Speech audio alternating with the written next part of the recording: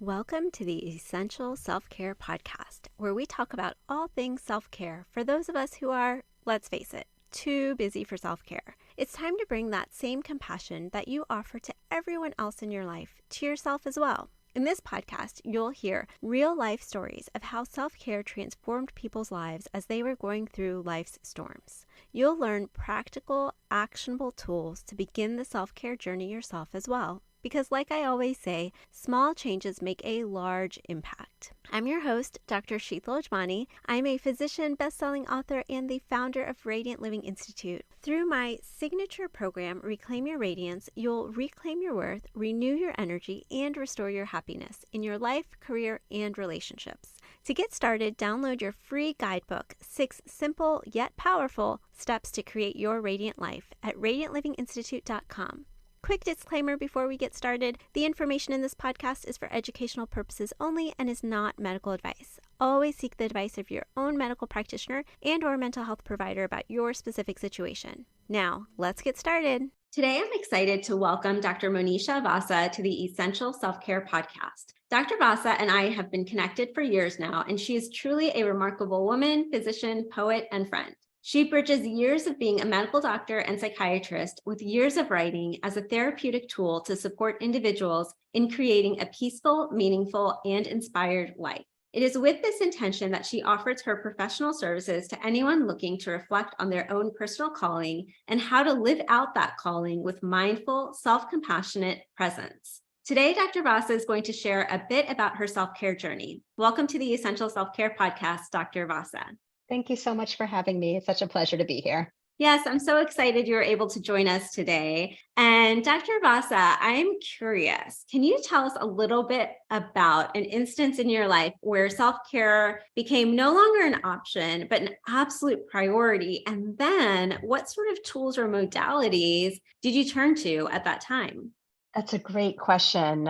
Thank you. Yeah, I can think of a couple of really important transitions or stages in my life where I felt like self-care really became more of a life raft rather than something that felt optional. I would say the first was when I really started my practice as a psychiatrist and realized that if I wanted to be of use to my patients, I needed to figure out how to be sustainable myself. And the second point was probably once I had children, kind of for a similar reason that if I wanted to be of any use to them, I really had to figure out what self-care practices were going to really get me through the days and the nights, because it was really quite an unexpected up and down type of journey. And so I would say those were probably the two main life transitions where I realized self-care is not something that is theoretical or optional or even kind of something trendy that we might read about, from the media, but really something that is a part of how we survive and how we sustain ourselves and how we cultivate our own resilience. I would say in terms of the tools and practices that were most critical for me, I think that they have been kind of the same tools over time, but I use different ones at different times and to varying degrees based on what I feel I need on any given day. But probably my core practices, the first I would say is journaling. Has been a steady practice. And by steady practice, I don't mean that I do it every day, but something that I steadily turn to when I feel I need my own support. The second I would say is running. I love to run outdoors and in nature, and I'm grateful to have the privilege to be able to access nature nearby to where I live. And so that kind of time alone in movement in nature has been a real critical practice of mine as well. And then I would say the third is my mindfulness and meditation practice. And then psychotherapy too, over the years, I would say has been a critical part of my own self-care as well. So these would probably be the four things that I've returned to over and over again in some form or fashion over time. That's wonderful. Thank you so much for sharing a bit more about your journey. And I just want to sort of reflect on some of what you shared. First of all, I found it interesting that you had mentioned that it was really during these pivotal transition times in your life when you experienced some major life changes with starting your practice, with having children. I feel like those times of transition in our life often are times where we are really called to search deeper as things in our external world begin to shift. Those are also often times that we're called deeper to search within ourselves to make those pivots and shifts as well, to adjust to that transition. So I thought that was really interesting. And I also wanted to reflect on this idea that you shared, that you have turned to different tools and modalities of self-care at different times. And that's something I talk about a lot as well. And I really believe in is kind of building our toolbox of Yes. self-care tools. And that can happen over time, that we build our toolbox as we try and explore different modalities of self-care. But then we have this toolbox that we can turn to when we need to, right? So it may not necessarily be that say you've tried 5 different things, that you're doing all 5 of those things every single day. It may or may not be that, just depending on your situation. But it may be that you know that you're going through this specific situation and, hey, I think journaling is going to be really helpful right now. Or, hey, I think running is what I need right now. And so I think that's important to know as well, that it doesn't necessarily have to be kind of using all the self-care modalities all at the same time, or stressing ourselves out about trying to use all of them, but knowing that you're building yourself a toolbox that you can turn to and that you can use and call upon when you need it. Absolutely. Yeah, I agree with both of those points. And, to comment on what you mentioned about transitions, I think that's so true. And I think maybe one important thing to point out about both of those transitions in my life were they were what we would call, good transitions, quote unquote, good transitions or positive transitions, like so many other transitions, like moving into a new home, getting married, having kids, starting a new job. These are things that we've worked for and we look forward to and we see as accomplishments or successes in our life. And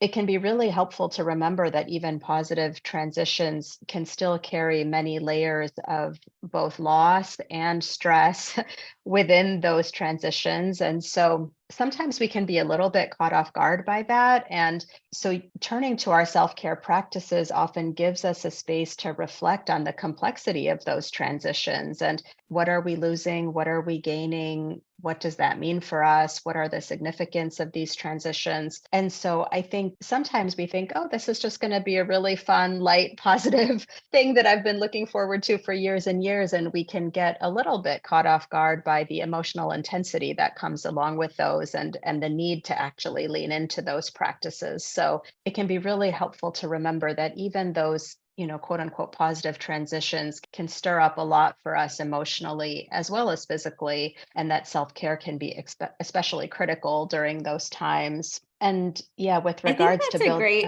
point. I just want to reflect on that real quickly, because I think that's a really great point that you bring up, and something that we may not always think about, that life, when we talk about life transitions, often we think about things like losing a job, losing a loved one, going through a divorce or a health diagnosis or something like that, these sort of quote unquote negative life transitions. But these quote unquote positive life transitions, as you described, while they do carry, significant amounts of perhaps happiness, joy, excitement, and they can also, I think a key word is knowing that all of these different types of emotions can exist at the same time. So knowing that, and you may experience some feelings of grief as well, because anytime something new is starting or developing, it does also by nature mean that something old is ending or right? changing, or falling away or changing, or it's looking a little bit differently in your life or showing up differently in your life. And so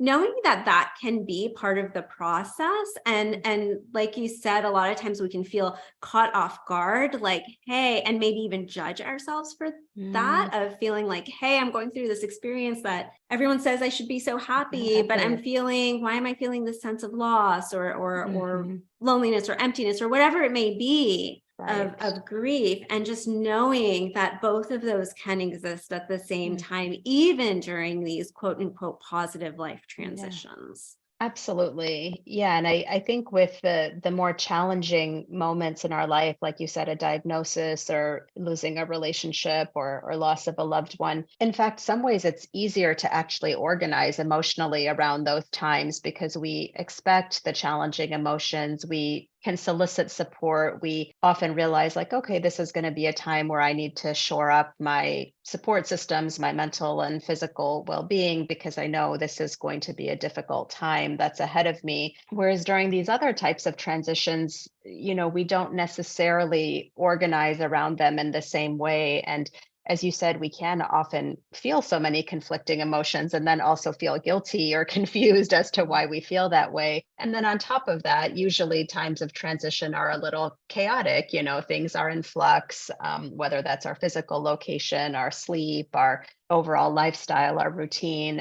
And so when things are in flux and in change in that way, it actually becomes a little harder to practice our self-care because the opportunities don't organically present themselves, or we have to very intentionally ask for help so that we have the time and opportunity to put those things into place. So the idea of how to practice self-care during these types of transitions, I think, does require some planning and kind of intentional effort or focus, if you will, because yeah, it doesn't necessarily naturally occur to us, nor do the opportunities naturally present themselves. Yeah, absolutely. So I'd like to ask you a bit of a follow-up question here. So as you were going through these transitions, and you had mentioned that these sort of four main self-care modalities that you've turned to, that you've had these as part of your life, even prior to some of these transitions, but these were kind of these tools in your toolbox that you were able to draw upon during those times in your life. And those were journaling,